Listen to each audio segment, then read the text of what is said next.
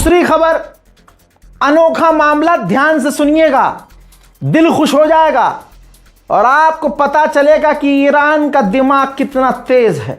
Saudi अरब की delegation जब Iran पहुंची तो सबसे बड़ा झटका भारत के अंदर उन लोगों को लगा जो शिया सुन्नी करते हैं, जो शियों को खटमल बोलते हैं, आपस में तफरका पैदा करते हैं, लोग अलग अलग इल्ज़ाम लगाते हैं।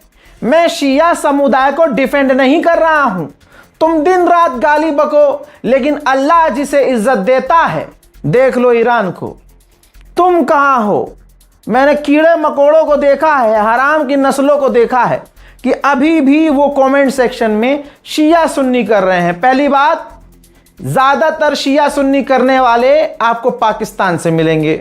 दूसरी बात, भारत के अंदर भी हैं चाउमीन जैसी दाढ़ी वाले, और आप शिया सुन्नी करने वाले लोगों के चेहरों को देखिएगा, आपको परवरदिगार की कसम है, उनकी प्रोफाइल खोलकर देखना तो आपको खुद यकीन होगा, शिया सुन्नी करने वाले जो चेहरे हैं उनके चेहरे मस्क हैं, गंदे हैं, घिनौने हैं, बदसूरत किरदार, और अल्लाह ने उनकी शक्ल बदसूरत कर रखी है। जाकर देखिएगा, अगर कोई इंसान बड़ा हैंडसम भी हो और वो भी शिया सुन्नी कर रहा हो ना, तो उसके चेहरे पर लानत अलग ही दिख जाएगी। याद रखिएगा, मकसद हमारा पिछले 6 साल से यही है कि हिंदुस्तान के कम से कम मुसलमान एक हों, इस्लाम का एक परचम हो और उस परचम के नीचे हम सब इकट्ठा हों। मोहतरम हजरात, सऊदी अरब जब पहुंचा है तो उन सुअरों के मुंह पर तमाचा लगा जो शिया सुन्नी करते थे, जो सवाल कर रहे थे, अरे ये तो ईरान अपने लड़ रहा है, अरे जिसका तुम पेशाब पीने को तैयार हो, जिसका तुम जो है पकड़ पकड़ कर हाथ चूसने को तैयार हो, वो तुम्हारा बाप खुद सऊदी अरब पहुंचा है। सऊदी अरब की डेलीगेशन ईरान पहुंची है। अब ईरान ने खेल क्या किया, आप ईरान का दिमाग देखिए, जितनी भी फॉरेन डेलीगेशन गई थी, समझिए इधर देखिए, जितनी भी फॉरेन डेलीगेशन गई थी ईरान, तो जो जो डेलीगेशन एक एक करके जा रही थी, हर डेलीगेशन के जाने पर कुरान की एक एक आयत, हर बार अलग आयत ईरान के द्वारा पढ़ी जा रही थी।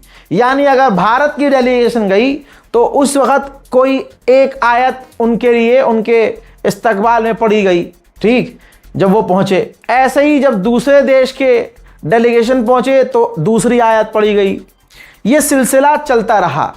जब सऊदी अरब की डेलीगेशन ईरान के सुप्रीम लीडर शहीद आयतुल्लाह सैयद अली खामनाई के जनाजे के सामने पहुंची तो ईरान ने, ये वो वीडियो है, ईरान ने सूरह आले इमरान की वर्ष 13 को पढ़ा, जिसके अंदर लिखा है, अल्लाह ताला इरशाद फरमाता है, तुम्हारे लिए उन 2 सेनाओं में एक बड़ी निशानी थी, यानी जो बद्र की लड़ाई का जिक्र हो रहा है इस आयत में। कहा गया कि आपस में भिड़ गई, एक सेना, एक फौज अल्लाह की राह में लड़ रही थी और दूसरी जो फौज थी वो अल्लाह का इनकार करने वाली थी, काफिरों की थी।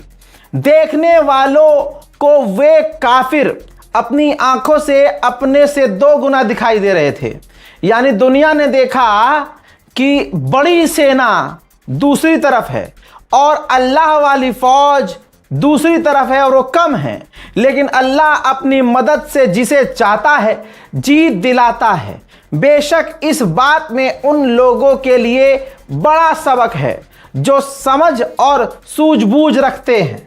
अल्लाह की कसम, इन सऊदी अरब की डेलीगेशन के चेहरे को देखने का यह मौका था। यह तो सीधा आयत ही फिट हो गई इन अरबों पर, सऊदी अरब की डेलीगेशन पर, और ऐसी फिट हुई कि क्या ही बताऊं कि ये आग अब कहां महसूस होगी, क्योंकि दुनिया ने देखा आयत, कुरान की आयत सच हमने अपनी आंखों से देखी कि दुनिया की सबसे बड़ी फौज एक तरफ और ईरान अकेला एक तरफ।